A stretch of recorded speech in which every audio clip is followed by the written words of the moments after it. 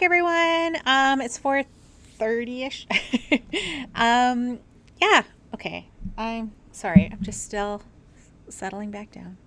Um, yeah. For the next hour and a half, we're going to be talking with Erica. And she is a streamer on Twitch. I first met Erica through Nazi, who then later became Nazi and Angina, and then just Angina, Angina official. And Erica was like, I was like, Nazi had asked me to be a moderator, and I was actually really nervous about it because I didn't know what I was doing. And then Erica was like, "Come to my channel. I get lots of interesting people. You can like practice banning people over there." So I was like, "Sure, let's do that." And yeah, so and even a couple times, there were a couple people in there that allowed me to practice by like just mock banning them and like unbanning them and timing them out and stuff and deleting stuff, just so I could like get the hang of it and stuff. And yeah, so yeah, that's how I met Erica. And sometimes Erica would play games, and I would just join in her voice chat, and we would talk about random things. And one of the things we used to talk about was representation. I would talk from my perspective as an Indigenous woman, and Erica would talk from her perspective as a trans woman. And yeah, so we would just talk about random things. And so when I was thinking about playing this game and looking at all the issues surrounding not only the game but like the developers of the game, I immediately thought of Erica because I was like, Erica already does this in her channel. She educates people. People can freely ask questions, and yeah, and I just adore her, and so I wanted to invite her. But I will say, this can be a triggering topic for people or a hard topic for people, and so if that is you, please feel free to come back later. I will post on social media. Actually, maybe I'll post now that we're having the talk. I will post on social media when I start playing Cyberpunk again, probably in an hour and a half. And we'll continue playing the game. But before then, we're just going to have a conversation. And I'm going to turn it over to Erica, who I think it's important that when we have conversations like this, that we include the people that it's about, and they should be the ones leading the discussions. So I'm going to turn over the conversation to Erica, and just have a conversation about it. So Yeah. this is Erica. Hello, everybody. I'm an Erica. She, her pronouns. Like Aretha said, I'm a streamer here on Twitch. I do a lot of horror games. I'm very chat based. I enjoy community building. I'm also a theater artist. I also play tabletop RPGs a lot. So, I was thinking about my introduction to this, and I just wanted like as much contextualize both who I am, because I think in the conversations that go on around stuff, context often gets lost. And so I think the theme of context might come up a little bit throughout the conversation. Um, so that's just kind of something I want to be aware of. And I also want to be very upfront about my experiences with the game is that I haven't ever played it.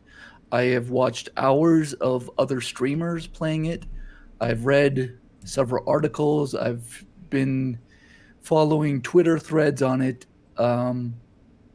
And I'm not here to necessarily say, "Oh, you shouldn't play the game," or "Yeah, go ahead, play the game." I'm going to leave that to you.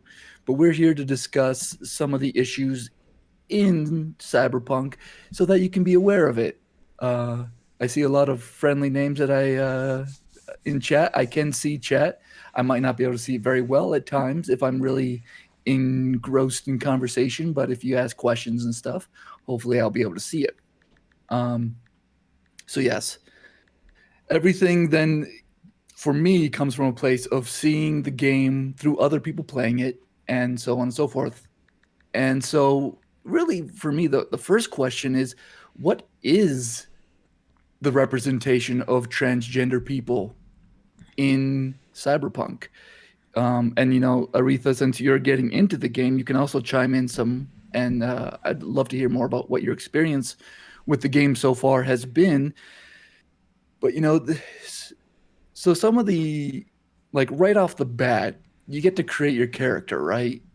And it gives you the option to like mix and match body parts, which I know there was some hype for that before the game ever was released.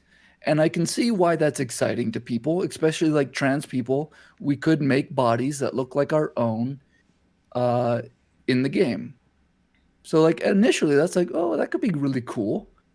And then in watching people create characters, I had this really surreal experience of like watching people laughing and having fun with body parts in a way that made me a little bit uncomfortable as a trans woman. Um, it's dysphoria. For those of you who don't know what dysphoria comes in all shapes and sizes. There's body dysphoria, there's gender dysphoria, all sorts of stuff like that. And it's just sort of a disconnect between the way that your mind reads your body and the way that your body is seen by other people, right? So for me, when I watch cisgender people, aka people who identify as the gender they were assigned at birth, when I watch them sort of going through this character creation and playing with body parts, and like this game can get quite graphic. I mean, you're literally choosing the size of genitalia in this game, which is like, yeah, sure, that can be a fun exercise.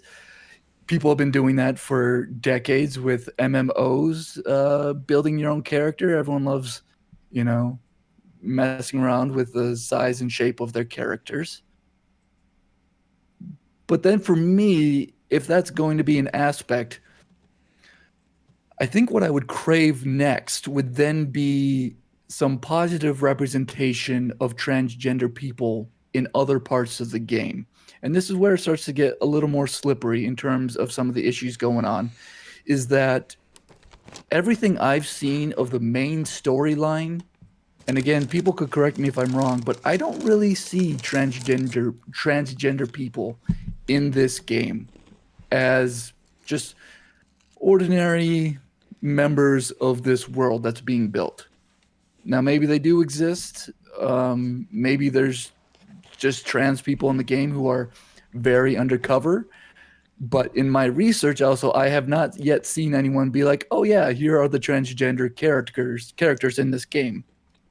So, other than some of the advertising in the game, there are advertisements that can be seen all across the game that basically just treats a transgender body as a sexual object, you know, as an advertisement for a club. And so then you can do all the stuff in character creation, and then there's no real trans representation. And then you see these transgender bodies being sexualized and objectified, which is kind of an old story on repeat for the way transgender people are represented in most media, whether that's, games, movies, the media, the news media. You think about talk shows like in the morning that, basically sensationalize transgender people as, you know, in all sorts of ways.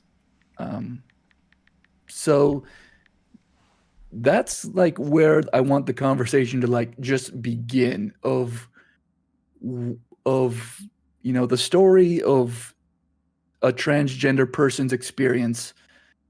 um I think about the movies that exist for trans people, and I would say most of the ones that I can think off the top of my head quickly involve somebody who's trans being beaten and or killed. It's usually not like very positive stuff. um there's also like, we're seen as just weird comical freaks of nature. You think of the end scene of Ace Ventura, where the main villain, you discover, had a gender reassignment surgery, and it's just nothing but a punchline at the end of the film. Where everyone acts so revolted and disgusted by this character when they find out that this woman uh, was assigned male at birth, right? So like Yeah, that's that's like the context of the people I know in the transgender community responding to this game. And so, Aretha, I'd love to hear like what have your experiences been thus far in the game? So far I've gotten to I've basically been creating my own character in the game. Oh, hi Verladin. Thank you for the raid.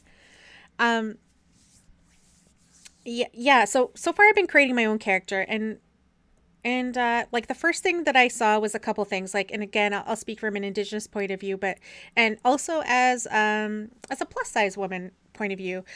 Um I like to create myself in a game, and things that are interested to me. So I'm trying to create myself basically in this game. And from this perspective, I was able to do a lot of things, but there was one thing that already kind of disturbed me a little bit that I didn't notice the first time I kind of dabbled around in it a little bit, is they actually had this Maori face tattoo, like a chin tattoo, and having and being exposed to a lot of people who are, of the Maori culture, I know that those actually have significant meaning. And I honestly believe that you shouldn't be portraying or using those things if you don't know the teaching behind it, you don't know the significance behind it.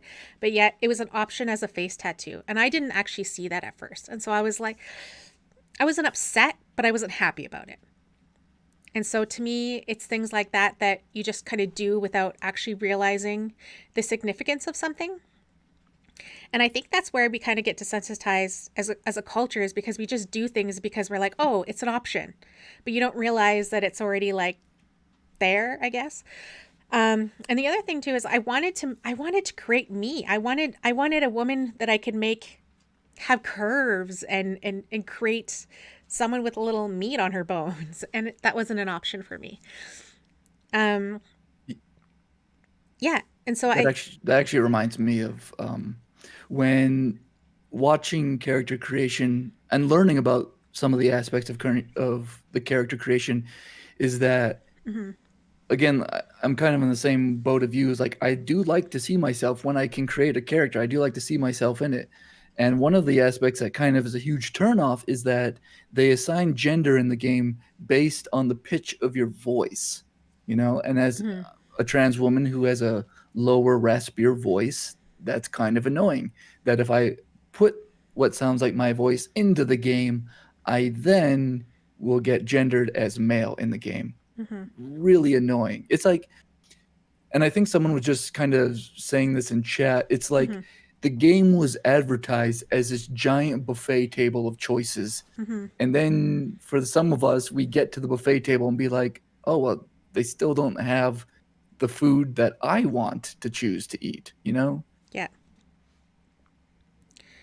Yeah. And I was saying, because I watched someone else do this well too, and this was an option that you could actually censor the nudity. And for me, I'm not a big nudity person. Like, I don't mind it. Like, it's fine. But to me, it wasn't important. And so I also turned that off. So the genitalia modification stuff wasn't important to me. So I didn't add it on there. Um, but I did watch someone do it. And one of the things that I noticed was that for the genital like options that you had, basically you could have a penis and then you could decide what size it was going to be.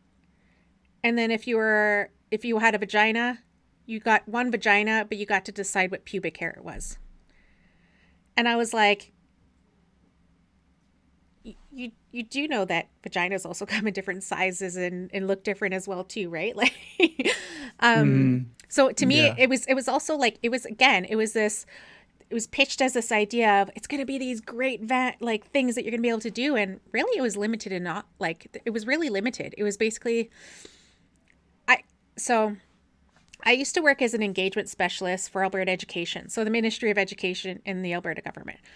And one of the things that I struggled with there was we had these engagement sessions where we're supposed to be engaging with teachers and and telling them they had options, and these are the options that they were going to have.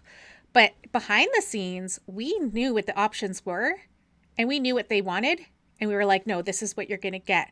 So we kind of got them all to a meeting and then said, we're going to give you a choice here, which wasn't a choice. It was us manipulating the situation and giving you the illusion of having choice by telling you had a choice, but saying only these two options. And so I Yeah. feel that's basically what the game did. Like, I totally recognized it right away, which is like giving people the illusion that they have a choice when they really don't. Right. And I do see Tape Anxious wrote in chat that the character of Claire is revealed to be a trans woman at some point, and it's not really treated as a big deal, it's just part of who she is. And that's cool. I hadn't heard that yet, out of all the stuff I've seen or read. Never haven't come across that yet. So that's cool. Definitely. There's still very much a hyper-sexualized gaze on trans bodies within the game from the advertisements, and that still is uncomfortable. And there's things outside of the game like the tweet that developers of the game, this tweet's been deleted, but you can find screenshots of it of you know the Cyberpunk devs released some type of teaser. Someone replied, "We want more, guys," and then they replied with, wait, you just assumed their gender, yo. And it was just like, the thing about like saying that, like, just assume your gender, that's a total meme from often right-wing white supremacist Mm-hmm.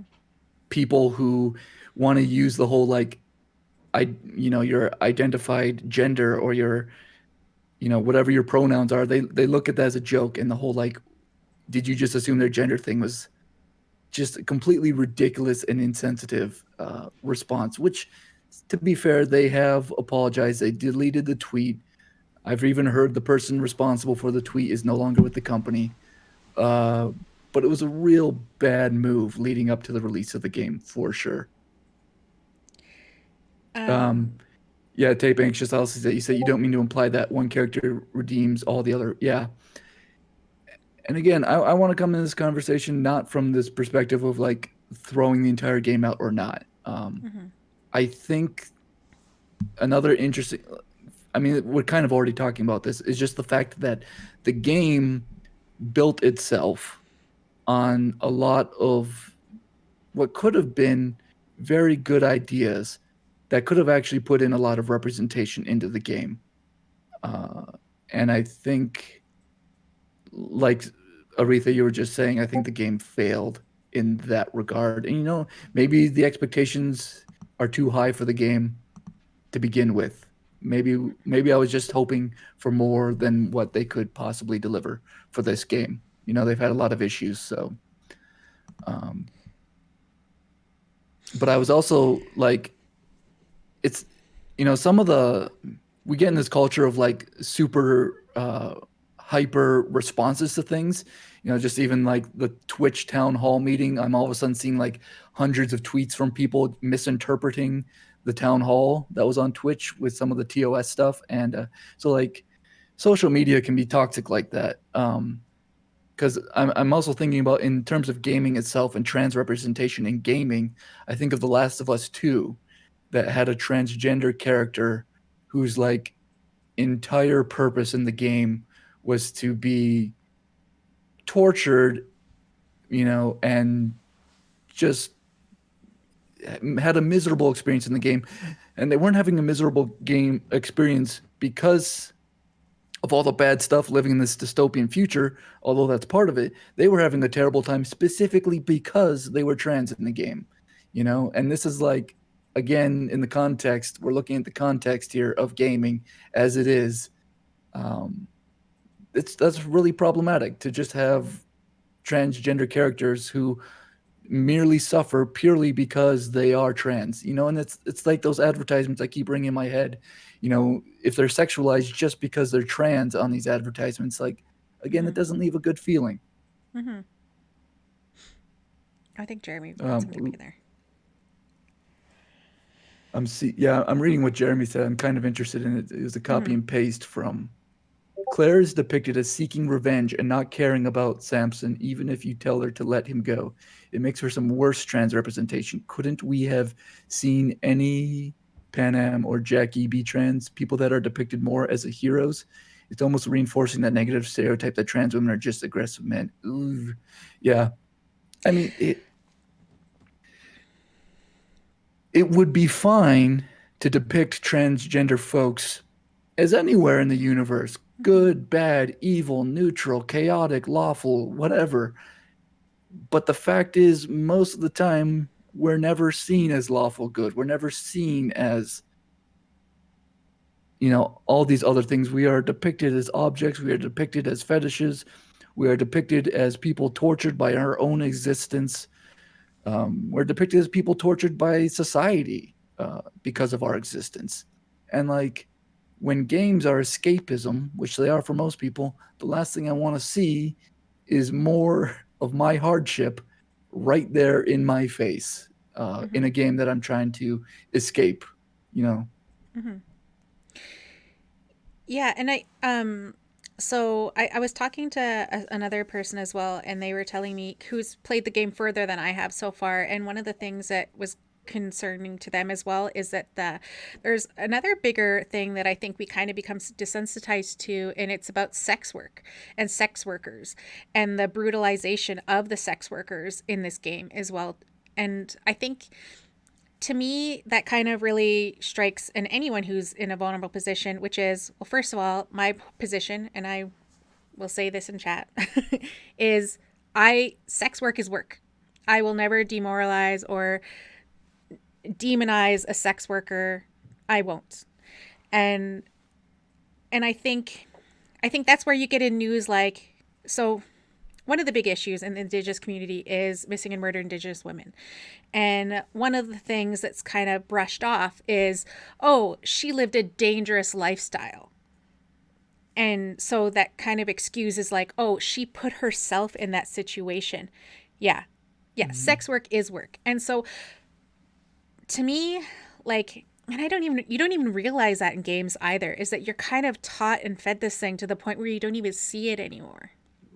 And so I've heard that that is also something that's part of the storyline is the violence against the sex workers in this game. So that is also concerning to me too. I haven't gotten there yet, but that was an issue that was also brought up to me from someone who's played the game. Yeah. Um, and I completely agree with you. I mean, on several levels in that sex work is work. Um, someone, I can't remember who I was watching, but someone was comparing it to like a more futuristic Grand Theft Auto, which like Mm-hmm. that game became infamous for doing terrible things to sex workers. Um, so yeah, it's and I'm trying to think also of like who are the heroes of this game, right? Mm-hmm. What do they look like compared to other people? Who can you trust in the game and who can't you trust in that game and what do they look like? Mm-hmm. I think there's as much to be said about, some of the side characters uh, that are pulling the strings or that I mean you could point to say oh what's the name Dex, right? That character in the game? I don't know. Anyway, anyway, is there's characters that who have a different skin color than me who are even though they're powerful figures, are they heroic? I think this is again kind of what someone else was saying in chat. Like who is seemingly to be the heroes? Who can you trust? And what do they look like? You look at those and you start to see again some of the same patterns that I think affects games everywhere. I think until the gaming industry really like starts to truly just like change it up a little bit, I think we're going to be continuing to have this same conversation about representation over and over again. Mm-hmm. You can spice up the rest of the world and make like all these side characters more diverse, sure, but who you're choosing to fill each role, um, if you're ignoring the heroes looking different from everybody else, and being diverse, then you're really just running into like the same problem over and over again. Do you think Hold on, oh, sorry. no, sorry, I was just reading chat. If Oh, you had yeah. something to say, go for it. Oh, I was just gonna say, well, do you think also, because I think with games like this, and I did contemplate not playing it, and I was considering not playing it when I read it, because I actually didn't know this before. This was gifted to me from my mom for Christmas, because I said I really wanted to play it. It looked really cool, and I was just thinking about all the other things. I didn't really read anything about it. I was going based off just look alone. I was like, oh, this looks really cool. It'd be kind of cool. I didn't know that you could do all those other things before, because that wasn't the draw for me. Um, but and I think it's one of those things where, because I came up with this dilemma as well when I decided to play and talk about civilization with my friend Arsene, and because of the way everything happened and their depiction and their use of Chief Poundmaker without the family's permission, who is a real person, and the concept of the game and how basically the concept of colonization and how Chief Poundmaker wouldn't have done those things, and how in his name was already like basically violating his memory. I really contemplated whether I wanted to support that and give the game my money, and I think it was like less than $20. But I did notice that as we were playing the game, because I was like, it was a part of a DLC that you could buy. When we were playing it, we realized that the DLC had been removed. So at some point, they did eventually listen. But prior to that, it hadn't been removed. So for me, I feel like these conversations are important because I think as consumers, we can.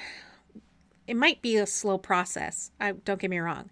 I don't think it's going to happen overnight, but I do strongly feel that having these conversations and not shying away from them will help change because we are the consumers, right? And it, like, even for the people who are boycotting the game and deciding that they don't want to play it, that's fine. They still basically paid for the developers and the game itself, like with pre-sales.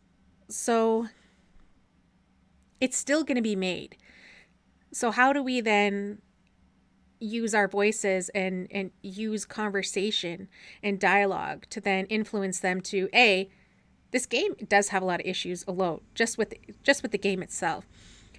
So Mm-hmm. can these dialogues, can these conversations help influence that gaming company then to make changes and actually listen? And I want to know, like, because they decided to do this, did they actually consult or bring in any trans people to get their perspective or input or something like that? To me, that would speak more volumes that they were trying to learn and change. Yeah, I agree with that. I mean, I have not come across anything that says there were any transgender developers working on this project. And yeah, this game has a lot of other issues, uh, the bugginess of it, and Hmm. some of the things. And in the For me, I was trying to like put those to the side for most of the conversation, just for the sake of being like, that's not what I'm here to talk about. But I think it is important to acknowledge, like, I think someone did mention this in chat earlier, much earlier. So forgive me that I can't call out who said it, but someone was like, the game is undercooked, right? It has a lot of issues because they were trying to meet deadlines. They've had to push back deadlines several times over. Um, and there's still a chance that this game could easily be considered, game of the year material or whatever. This game has definitely sold enough that they're probably going to continue resources, whether that is DLCs that continue to expand the world, which was the most probable, I would think, or if there's sequels. Um, we live in a capitalist society, so when people give the developers a lot of money for this product, that's going to inspire them to do more of these types of products. And I would just hope then that they are listening to the discourse that's happening all over. I'm grateful for Aretha for you hosting this conversation, but it's really important that to know and acknowledge that this conversation is happening all over the place. And I hope those who are in charge of things are listening. And then, I also think um, it's also a good time to recognize that there are developers who are doing the deal. I think it was just last week, Itch.io, the website that you can buy a bunch of independent made games and stuff, not just games, but basically anything indie, uh, had like a Cyberpunk bundle you could buy that had actual Cyberpunk games that were developed by transgender developers, and are a lot more, and they smooth over a lot of these issues that at least the transgender community has had with this game. That's interesting. Do you mind sharing a link to that or where we can find that? Or Yeah, I yeah, can see if I can find it real quick. yeah, that'd be really interesting. I mean, I think this is where like supporting games that do the work and actually like are created from that community, especially if this is what they're promoting themselves to be, in supporting those game developers and making sure that they are being just as successful as like games like this that are made by cis men, writing about topics that I'm pretty sure, like even as a cis woman, and even about this topic, I did the same thing. I read articles, I read tweets, I talked to a few friends, and I made it my mission that I wasn't gonna have a trans person have to explain it to me and educate me. I was gonna do my research and I was gonna figure out what the actual. Uh, sorry. Uh, okay, I'm My just. friend Ben, no worries, but I just see my friend Ben said that are positive minority characters in the game. Oh, hold on. Oh, my chat went all over the place now. Okay, Sorry. no worries. So I think the game is trying. More can be done, of course, but I think the game is going in the right direction on race. Have run into strong Latino and Japanese heroines. That's good. Um, yeah, and I know Ben has been playing the game a lot. You've pretty much he's been eating, living, breathing Cyberpunk since it came out. Um, and so any positives that the game is making, absolutely. And again, I just want to make clear, like I said in the beginning, I'm not here to condemn the game completely. I know transgender people who are loving the game. I know transgender people who are hating the game. They're actually playing it and they're hating it. I know trans people who will not touch the game. So for me personally, will I ever play the game? I have one of those personalities where I like to play things popular, which could be a blessing or a curse. So if I do play it, it will not be for a while at this Mm-hmm. point. I have I have watched enough to be like I actually think this would be a more fun game to play than it is to watch. Um, I have thoughts on like whether I like the game or not in that regard, but I don't think in terms of the conversation, I don't think they really like need to go into like if I like the game or not Mm-hmm. at this point.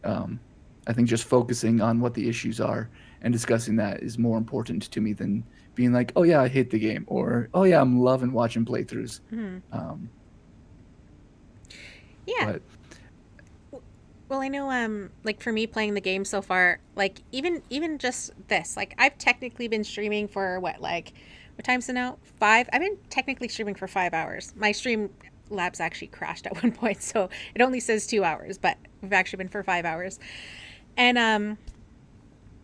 And even it is actually quite hard to stream because there is actually a lot of dialogue. There definitely is a tree in place where you have like option A, option B, option C, what conversation you have, and then it takes you through a storyline. And because I'm also interacting with chat, plus I'm doing the Bean Boozled thing, and interacting and saying hi to people, and I've actually missed a lot of the dialogue. So I'm not 100% sure what exactly is happening in my storyline. um, And the same thing, I do know from what I've heard is that like uh the advertisements apparently are all over, but I have yet to see one. And I haven't been around the city that much, but I've also watched other people play it. And until I think it actually was in Red Stream when he had the panel discussion where he had the three people in the round table discussion, and they actually like took a screenshot of where one of the ads were, and I was like, I remember watching a couple people play that scene and I never saw the ad once. So for me it was like, unless I was looking for it, I didn't actually see it.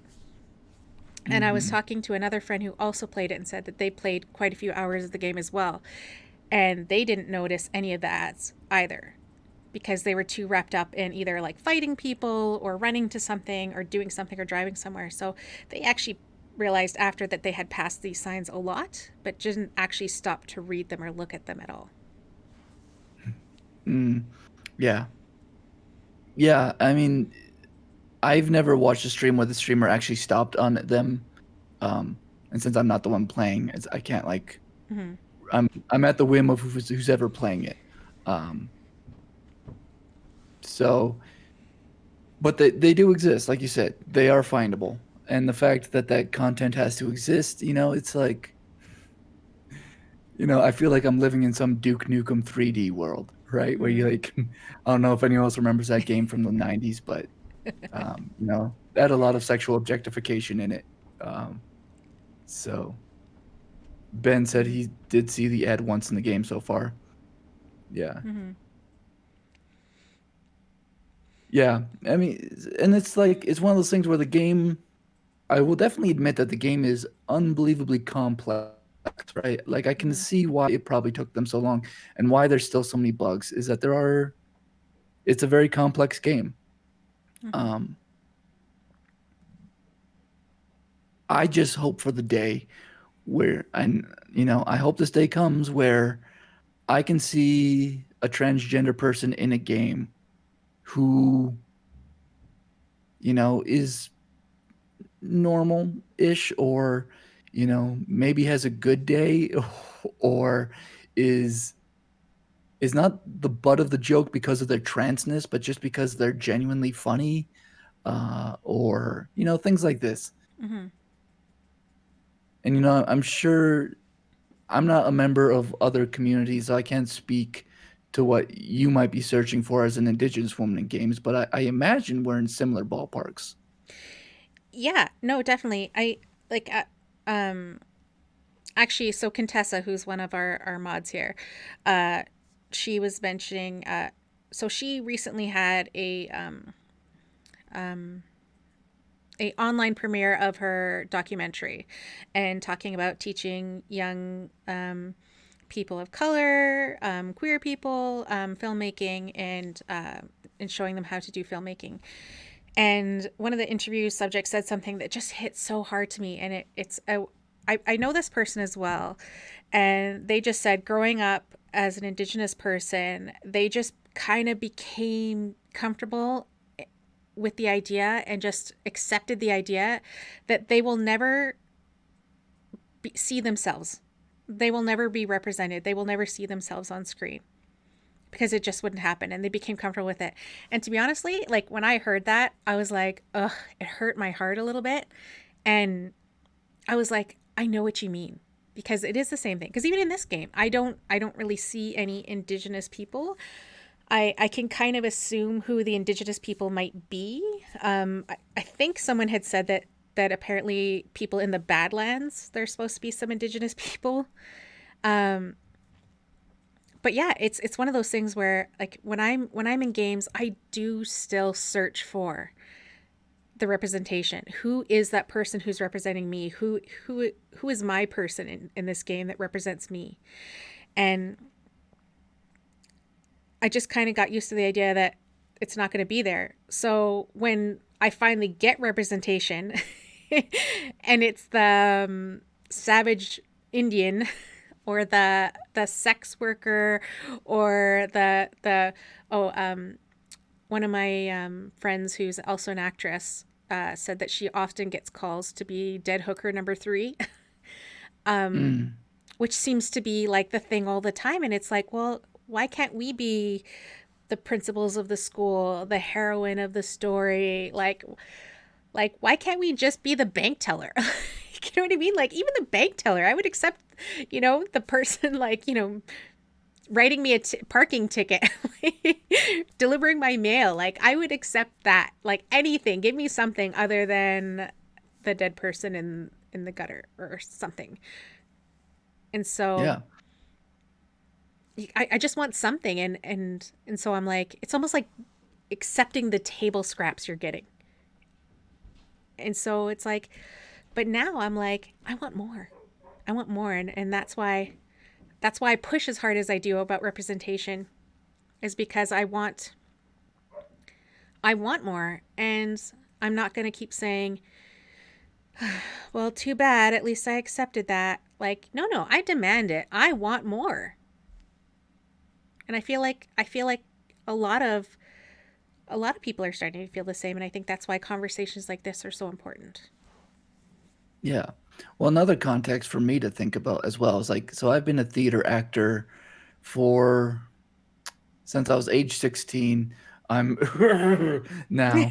So it's, let's say it's a decade and a half or so that I've been a professional theater artist, whether it's been the Mhm. pit orchestra or on stage as an actor or a director or a playwright. I've worn all the hats. And as soon as I transitioned 4 years ago, the number of roles that I can audition for has narrowed greatly.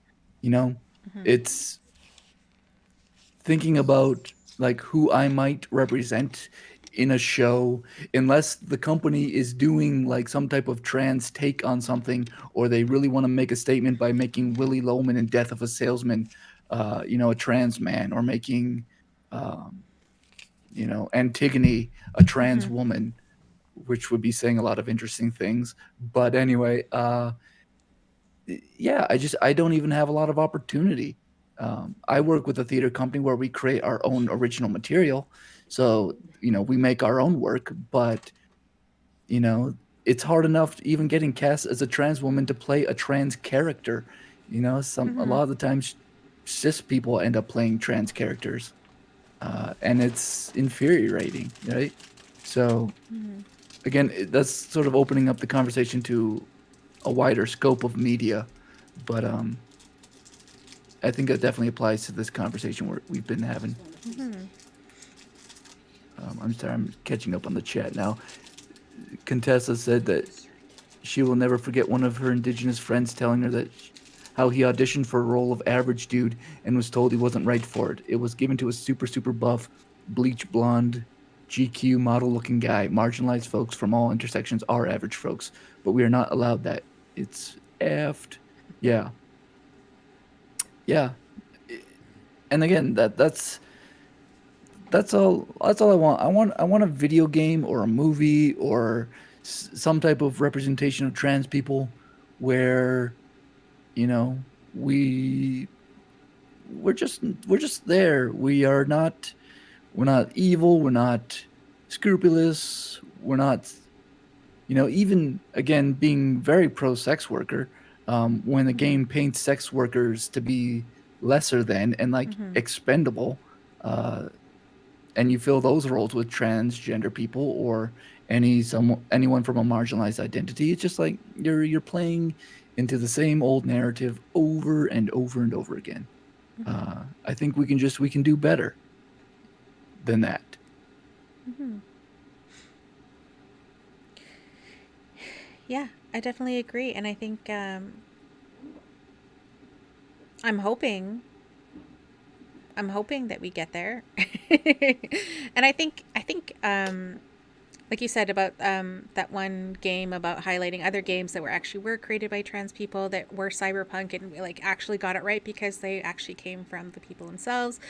Like I think promoting those games. Like I definitely want to like after this I want to play one of those games on stream. I want to highlight those people. I want to highlight those games because I think it's always the hype games that kind of get like people's attention and the ones that they have like I played me and Red played a game called Never Alone, and it was an indigenous game with indigenous content and characters that had these checkpoints that once you did it unlocked a video that told you some cultural teaching, and it was made like with the people by the people of that community. And like if you go to that game page, like you'll maybe see one or two people playing it. And when I played it, I encouraged other people to get into it and play it. And so I feel like I think it's like when we're creating content like this, we're also influencing people to check out these new games as well. And so I definitely want to look at those games and also play them, encourage other people to do it as well. Yeah, I'm actually I was looking up more information about this Cyberpunk bundle. I'm not sure if it's the one I posted, but the person who created it, who's on Twitter as at Nate Kiernan, uh, he tweeted about making this bundle, and I think this actually sums up a lot of my feelings about it. Says it's worth reiterating that even if the game itself is not as transphobic as expected, that doesn't erase the nearly decade of marketing which catered to bigoted grifters, which extends far beyond this one game. Mm-hmm. Yes, for me that hits it on the head because it's more than just about the game. It's Mm-hmm. about between Last of Us 2, which won, Game of the Year, and now this game, which could very easily win Game of the Year, uh, continuously having problematic elements within it. Again, while I'm not here to condemn the game and say never play it again, I just wanted, like, we can all just take a moment to acknowledge, yeah, things can get better. This is still not where we would like to be. Mm-hmm. Let's see. I wonder if this is okay. I found the actual bundle. For $60, you can get a crap load of games that feature all sorts of folks here. So I'm just gonna put that in chat there. So thank you for that moment while I was finding that information. Um, Monkey Mantig, I miss you. We haven't played Phasma for a while. I don't recall indigenous people, but there is representing of Central American indigenous people and culture magic. I have no context of accuracy. Yeah, I mean, could you go through the game and nitpick and find like, oh, yep, here's the one person or here's the one person? Absolutely, probably. But again, I would also say like, what context are these people in the game? Are they Ben was adamant that there's people who are very heroic who might be trans or they might be Mm-hmm. Latino or indigenous. So maybe it does exist in there. Um, is it in the main story? Is it in side quests? Like, where is it? Again, I'm not trying to throw the game under the bus. These are the types of questions that I have for the game, you know. Mm-hmm. And at this point, I'm only exploring it through watching other people play it, as opposed to me playing it. So, a lot of what I have examples I can say are a lot of things that, maybe it's there, but I know what the conversation around a lot of this stuff is right now. And to me, the conversation is just as important as whether or not there is or isn't a minor character that checks off some marginalized identity. For sure. And I think that's why, like, when we talked about having conversations like this, is exploring that and having that having those discussions and encouraging other people to have those discussions. And I think I'm in the same boat of like the idea of one person can represent a whole community. Like indigenous is such a broad term because we actually have indigenous people in North America. We actually have indigenous people in Central America and South America. There's indigenous people up in Norway. There's indigenous people of Japan. There's indigenous people in New Zealand. So when we use indigenous, it actually is a very broad term. And I will never speak for the Sami people, who is the indigenous people of like Norway and like Scandinavia. Like, I will never Mm, speak for them. I don't know their culture, and also I don't have the right. And even within North America and the Native Americans, and just like Canada and the US, like, we are so vast and different. We have different cultures, we have different protocols. Yes, we have some similarities, but we also have many differences. And so for me, like, having like speaking from that, I can only speak from my perspective. And even being a Cree woman, I can only give you my perspective within the scope, but I cannot give you the perspective of all Cree people. We aren't one voice, we aren't one anything. Like, so that's why I think each individual has to do their research, decide for themselves, and then decide if you want to support it or not. yeah. And that just goes same in the trans community, you know. Um, even as a trans woman, that can be split up into, are you passing trans woman or are you non-passing? Are you,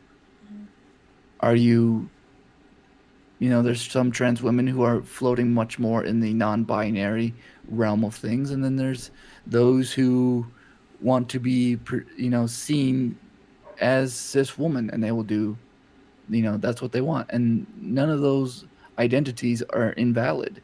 Um, and so me and my specific identity, all of this is like purely my opinion. Mm-hmm. Trying to be well read about things, reading a lot of different perspectives, and so, take it or leave it what it is.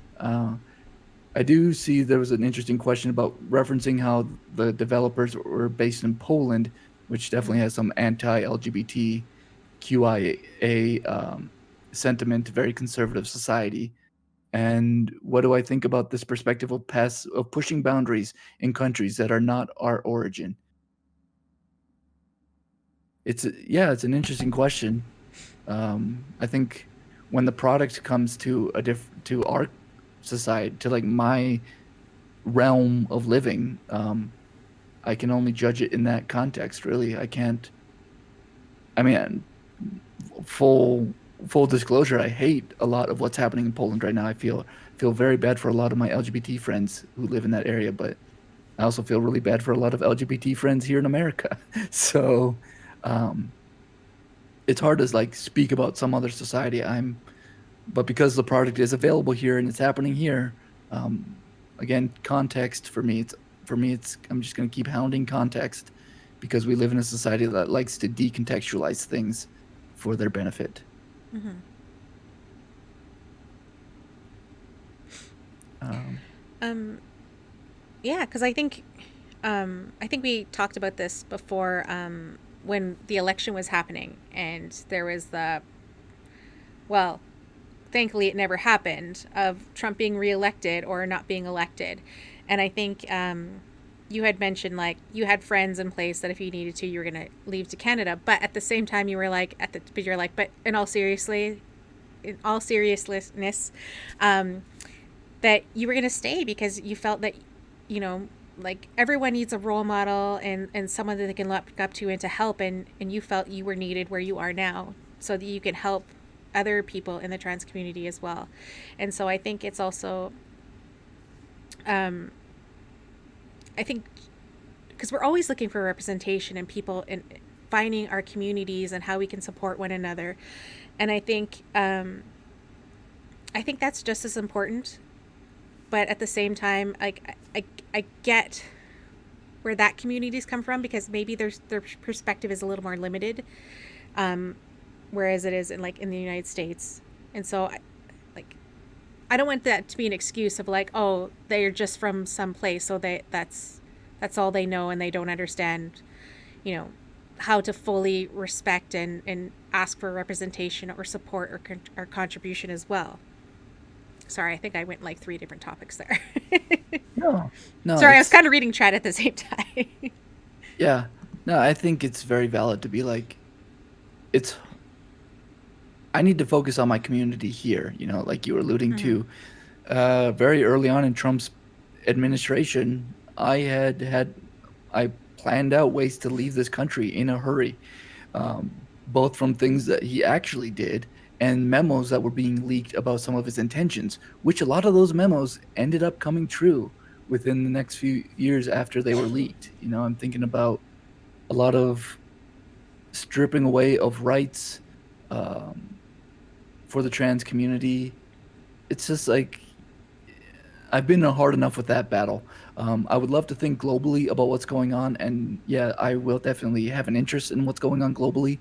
But I also have to take care of what's going on right in front of me. You know, I live in Minneapolis. We've had a pretty interesting year here, Mhm. with riots and protests and lots of political shifts. And it was an election year, so it is hard to take that step back sometimes, at least for me, to look at the big picture when the immediate community needs to be taken care of. And I'm definitely like, if I know anything, it's that community. Like being in community is what's going to save, queer people, trans people, people of any identity that is not part of what society is deemed as the default based on Mhm. laws and attitudes that prevail despite being toxic.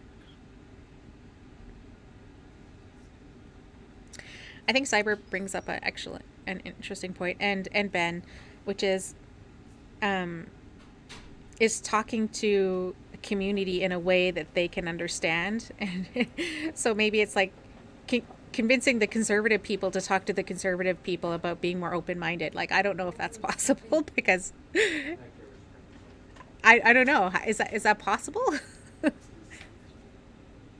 I mean, I want to say, I think that all boils down to a different. I think you might have to shift what you're hoping for. You know, Mm-hmm. I think of Dick Cheney having a daughter who came out of the closet. Um, did he hopefully he seemed to embrace her after she came out. I don't know what happens behind closed doors, but did that make him instantly like support LGBT laws or policies? I don't see much proof of that. So, Mm-hmm. but you can always hope, right? You can always hope and pray that there will be that conversation that will turn someone to a more empathetic heart and see that maybe the policies they were pushing uh, aren't the best. But we'll see. We all just sort of reading chat at this point, right? Yeah, we're all just reading chat.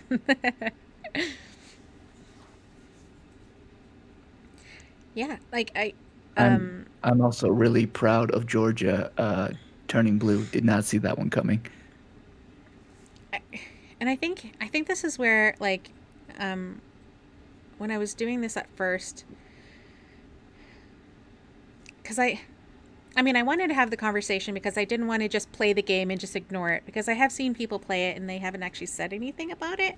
And so I was kind of like hoping that they would say something. Hmm. But I don't want to fault them if they didn't want to. That's fine, as well too. But like for me, it's like I don't want to pretend like it's not a thing, like it's not a discussion to be had.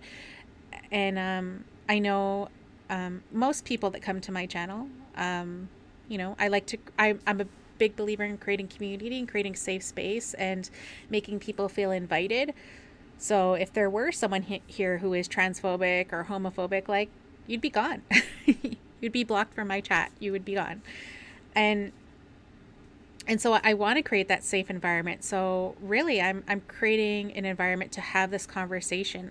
And I know when you open up these discussions to places like Twitter, like where these threads are happening, that is the conversation to have it as well because um, your audience will be bigger, hopefully. Hmm. Whereas here, I'm pretty sure that most people are on the same thought of us that trans people, indigenous people are people, Black Lives Matter. Like, I feel like we have a lot of like minded people already in our chat. Yeah, yeah. At some point, you do have to have the difficult conversations with people who don't agree with you. But Hmm. let me tell you, we all, for those of you who might be in a marginalized identity type situation, it feels really good to be in a space where you can like not be like careful about your words, or like you can just be with people who are like you, who are like in community with you, who you can just like take a breath and just be like, ah, I'm safe. So So my brother Travis, who's Monkey Man in there, he has actually played the game quite a bit. I think he's already finished 2 of the storylines in Corpo as well too. So he's just kind of like has finished a lot of the game stuff as well. Um, but yeah, like I think that's why what was, and I think I mentioned this in Red's chat as well too when I was in the chat, which was the conversation about the tweet that had happened from the developers, and and how that person who made that tweet was then fired. Where I heard they were fired. Um, in my mind, I was thinking, does he know why he was fired? Like, was there any education? Was there any corporate culture within it that was changed? Did they educate themselves about why that was not maybe the best thing to do? And so for me, I also believe that like having conversations also internally within the organization would probably help, and also education is really important. And yeah, so, but you have to have the right education. Like you have to like yeah, getting like actual real sources of education that would help you. yeah, you have to treat the root of the problem and not just address the symptoms as they pop up of like, oh, that was an inappropriate tweet, let's just fire that guy. Mm-hmm. Like, no, we have to like help have education around why some of these things happen. Mm-hmm. Uh, what are the viewpoints that think people can just like joke about some terrible stuff? Um, yeah, it's you know I am having experience of being on a diversity and inclusion committee that's kind of brand new for the company that's having it, and it's amazing. I'm the only trans person in this company, right? And it's Mm-hmm. amazing how I can suggest 2 or 3 very minute, tiny little changes that would make working there or even being a client of there infinitely better. And it just gets glossed over and like forgotten about, Mm-hmm.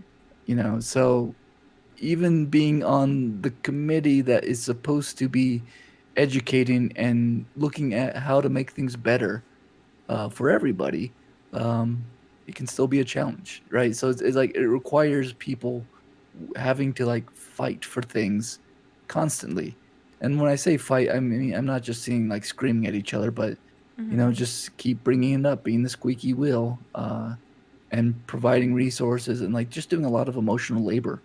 It's so addicting to get into chat, right? Right? Yeah.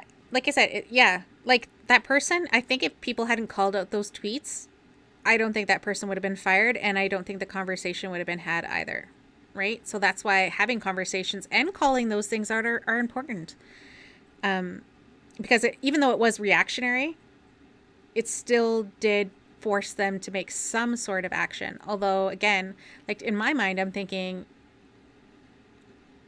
I wouldn't have jumped to fired. I would have been like, "What did you do to educate that person?" And maybe that's just me and what I'm doing. But yeah, corporations are like, fire them, get rid of them. Like, oh, that person's the bad apple. We're just gonna let that person go, which Yeah. doesn't always fix it. Way easier to do that than to actually make changes to Mm-hmm. the environment that spawned such an action. You know, I even because we're here on Twitch and everything, like again, I'm alluded to earlier, this like Twitch town hall, seeing social media blow up with taking things that were said in that town hall and blowing it out of proportion and like making fun of some of the things that are happening on his platform, which are happening to hopefully make this a better platform for everybody. Mm-hmm. Um, but people have a tendency to like vilify and take things out of context so that suddenly a very positive change sounds like the worst change ever. So I think in regards to this game or to any media like it, it isn't to have a huge blow it up or no, it's the greatest thing ever um, type of strategy. It's simply like, let's look at it, let's learn from it, and let's have that.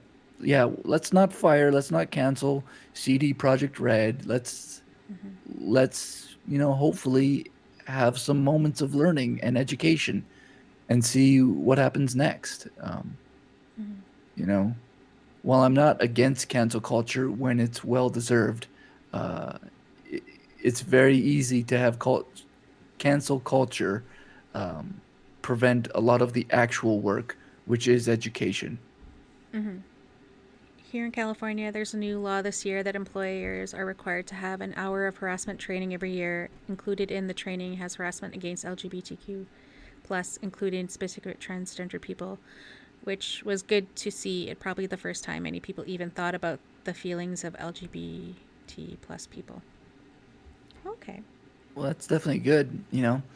I I've told the story a few times in life, but like couple years ago when I had a really bad shoulder injury pop up, uh, I went to a urgent care, like a good urgent care even, because I supposedly have health insurance, so they tell me until I need it.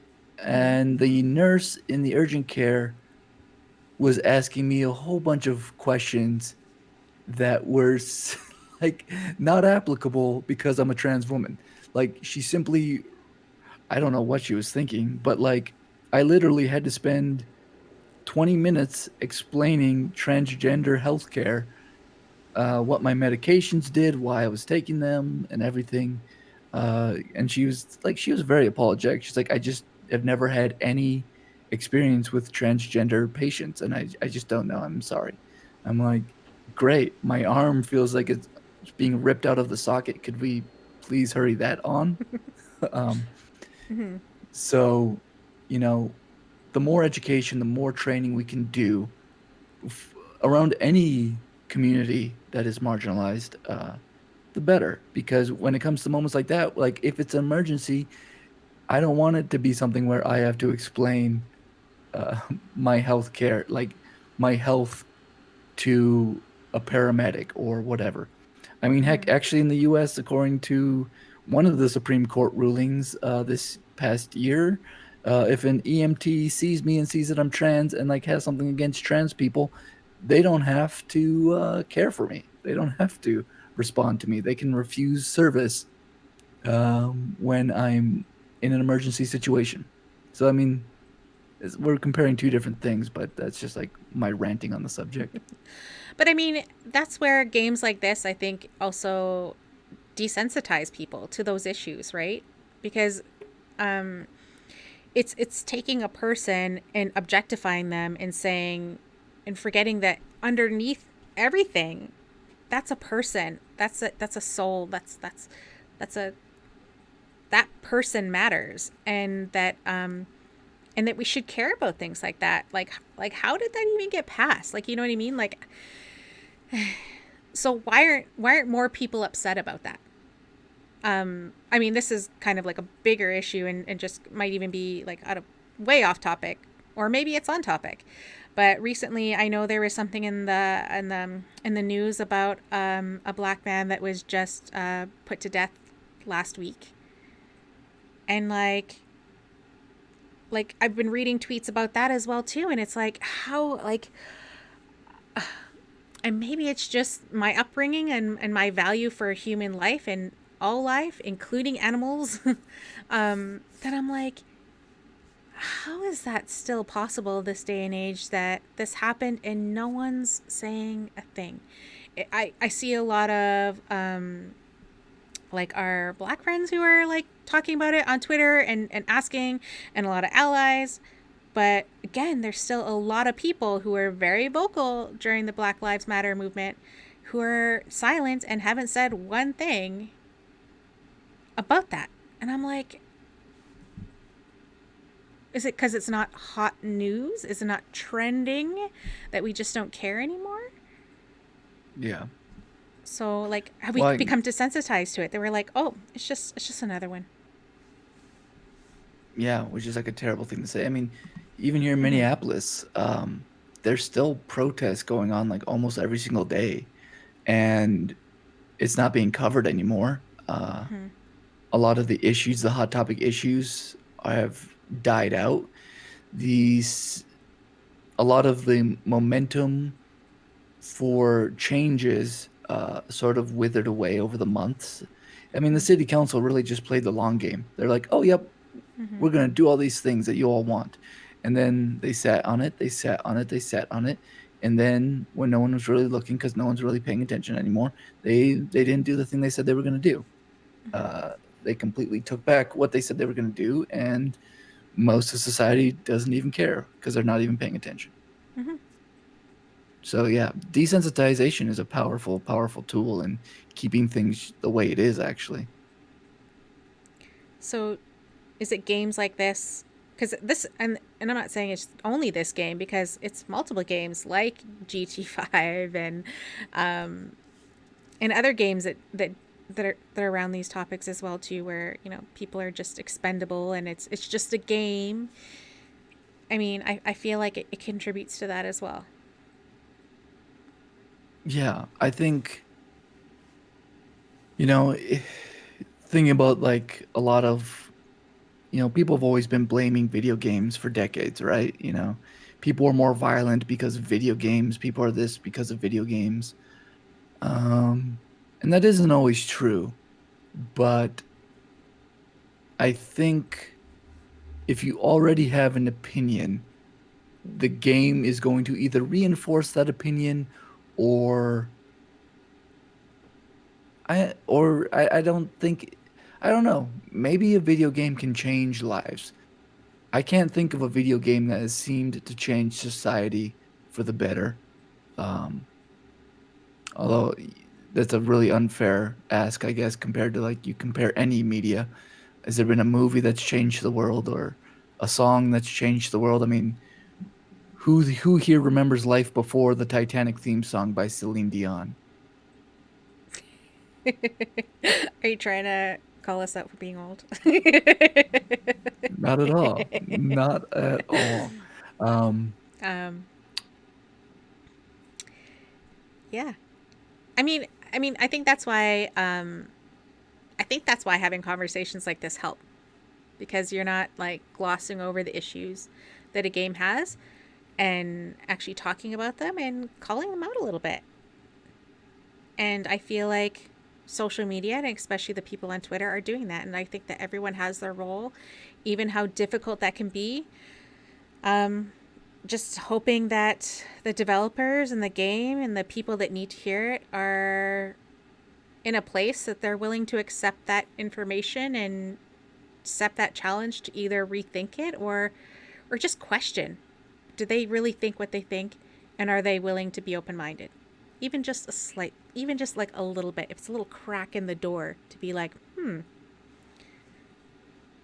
like I think yeah, that's the hope. right.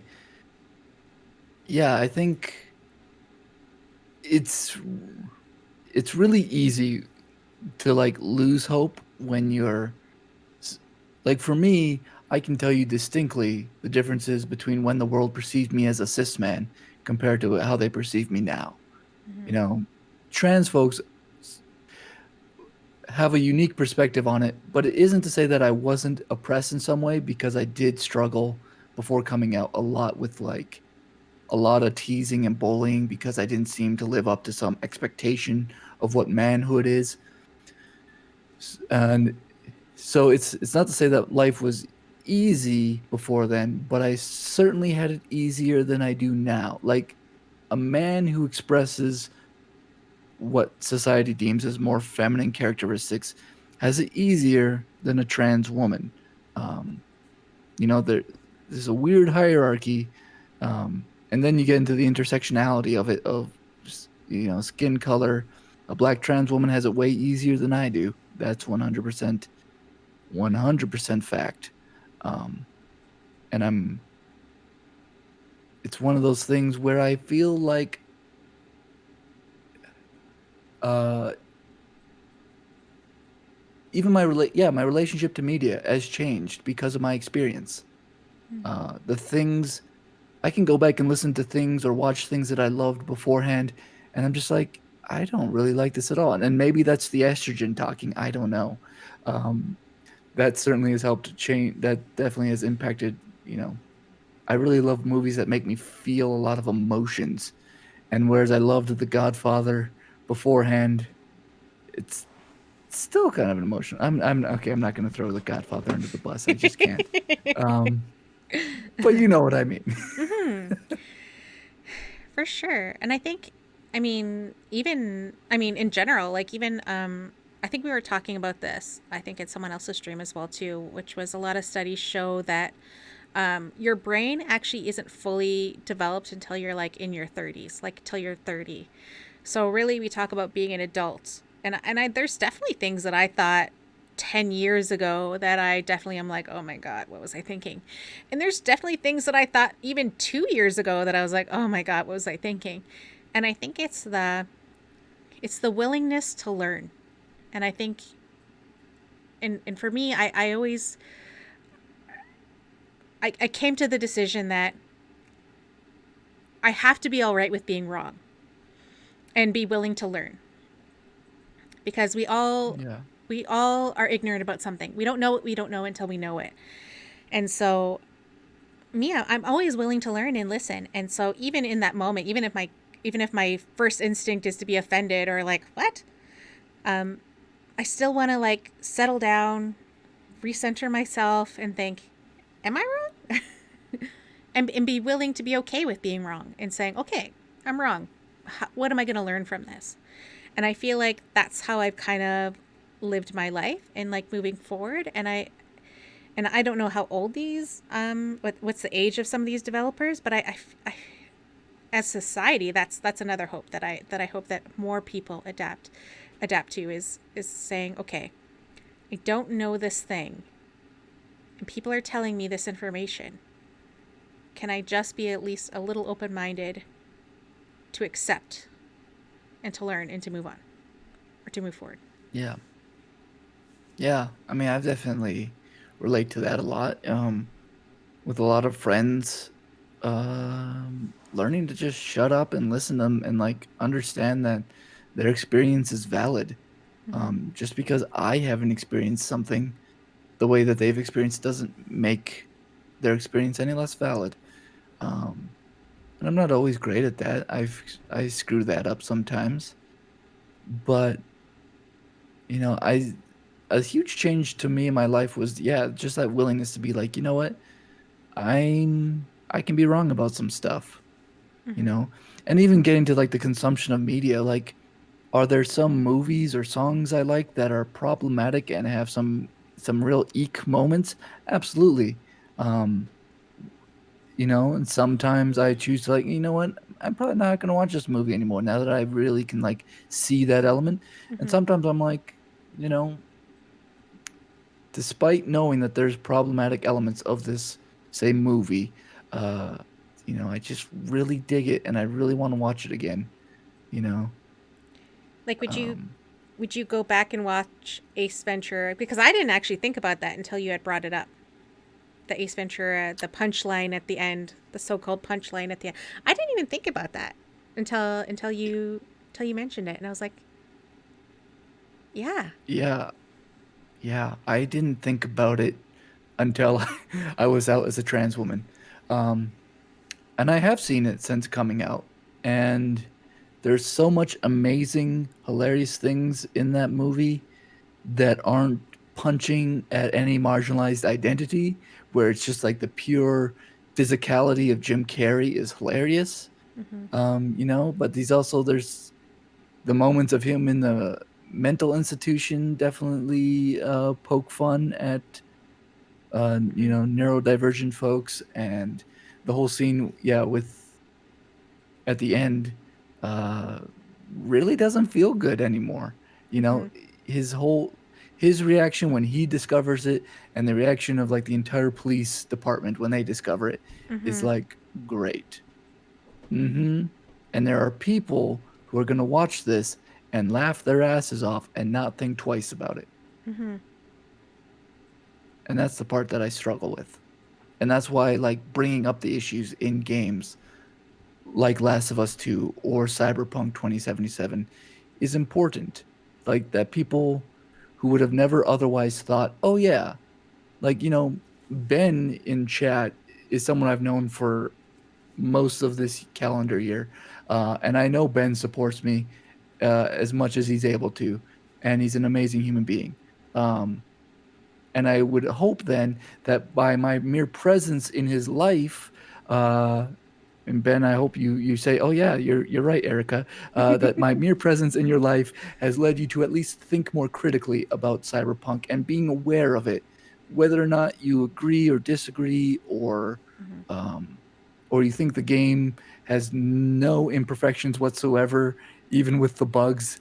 Uh, you know, I like to think that at least you're thinking critically about what you're consuming, because you do listen, you do have conversations with people, and that I don't know everyone in your chat as well as I know Ben, but I'm sure that a lot of people in this chat can feel that way, hopefully. Mm-hmm.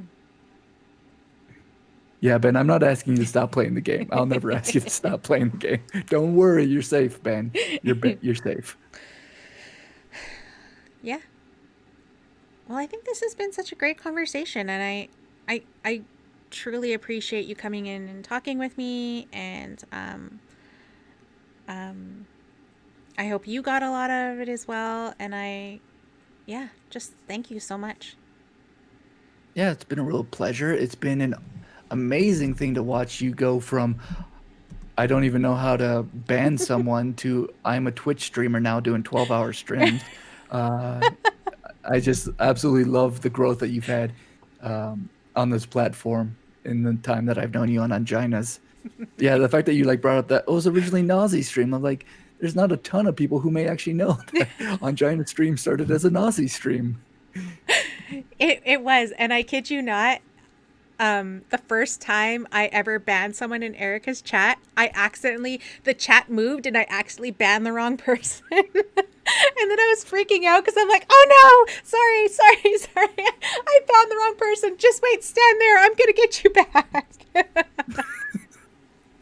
It happens. We've all accidentally banned or timed out the wrong person. It happens. It was hilarious because at first and I didn't know how to use the buttons. I didn't know how to do anything, and I'm just like, yeah, I was all over the place. I do believe I taught you how to make a poll. Yes, you taught me how to make a poll. Did you see my poll making skills, y'all? Yeah. So I mean I don't know what else we could talk about. I think that's basically it. Is there anything else that you wanted to? Any last comments, Um, questions, anything? yeah, I'll just sort of recap again who I am. My name is EricaNewGirl. I stream a lot of horror here on Twitch, and I also am very focused on just chatting and community building.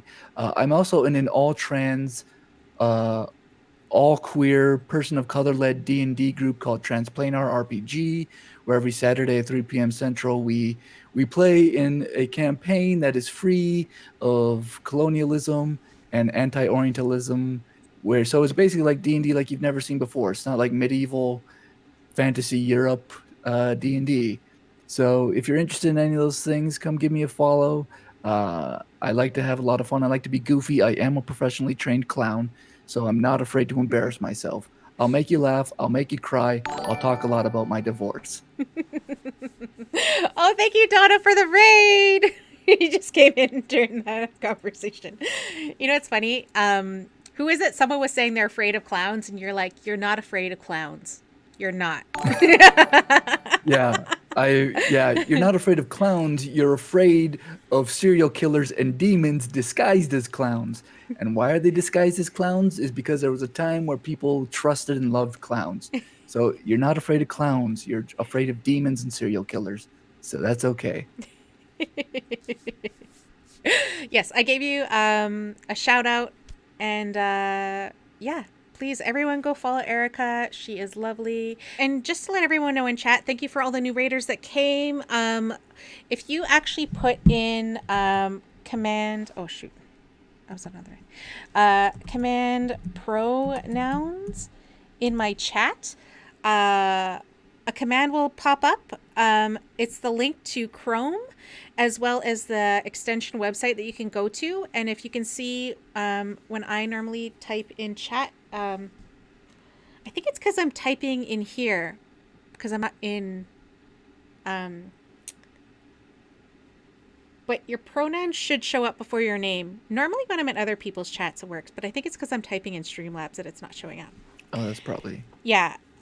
But if you want to and have your pronouns, there's options there. You can do she, her, they, them, and I think him, his as well. He, him as well. So if you want to, you can also put your pronouns on there. That's a cool option. And so it's not required. Wait, are your pronouns not showing up either? Is it down? No, they did. They took a second to pop up. Oh, okay.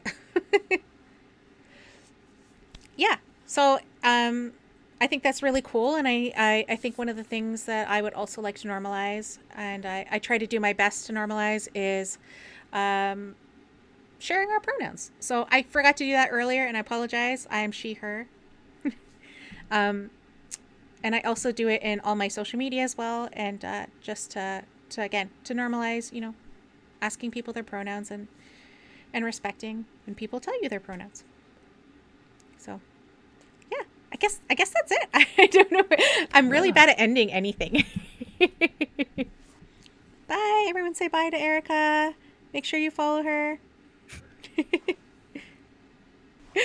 Thank you. And thank you for everyone who came came for the conversation. I hope you really enjoyed it. I mean, I hope it was, I hope it was engaging, and I hope you walk away learning something.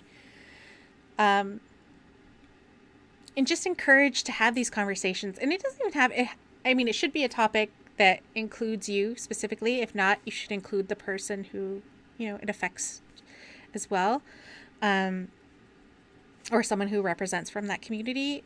And I think, I think just as a society, I would like to have more conversations to just challenge society and say, why is that the default? Why is that the normal?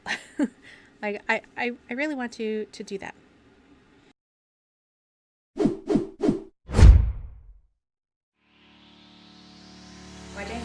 My name is Aretha, and I'm James Bay Cree from Kisechuan First Nation in Treaty 9 territory, but I currently live in Treaty 6 territory in Edmonton, Alberta, in Amiskouche, Waskaganigan. In my daily life, I'm a filmmaker, and I'm a program director at an Indigenous arts organization, and I like to advocate for Indigenous issues. I'm a variety streamer who likes to play multiplayer games. I like to podcasts. I like to engage with the community, and I currently started playing Dead by Daylight, and I've been sharing that experience with my viewers. With that, I'm just gonna say, see you soon.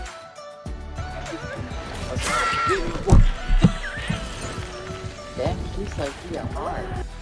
Simping. What is simp? What is simping? Fine choke going off. Did you get me off the hook? Do you see this? I'm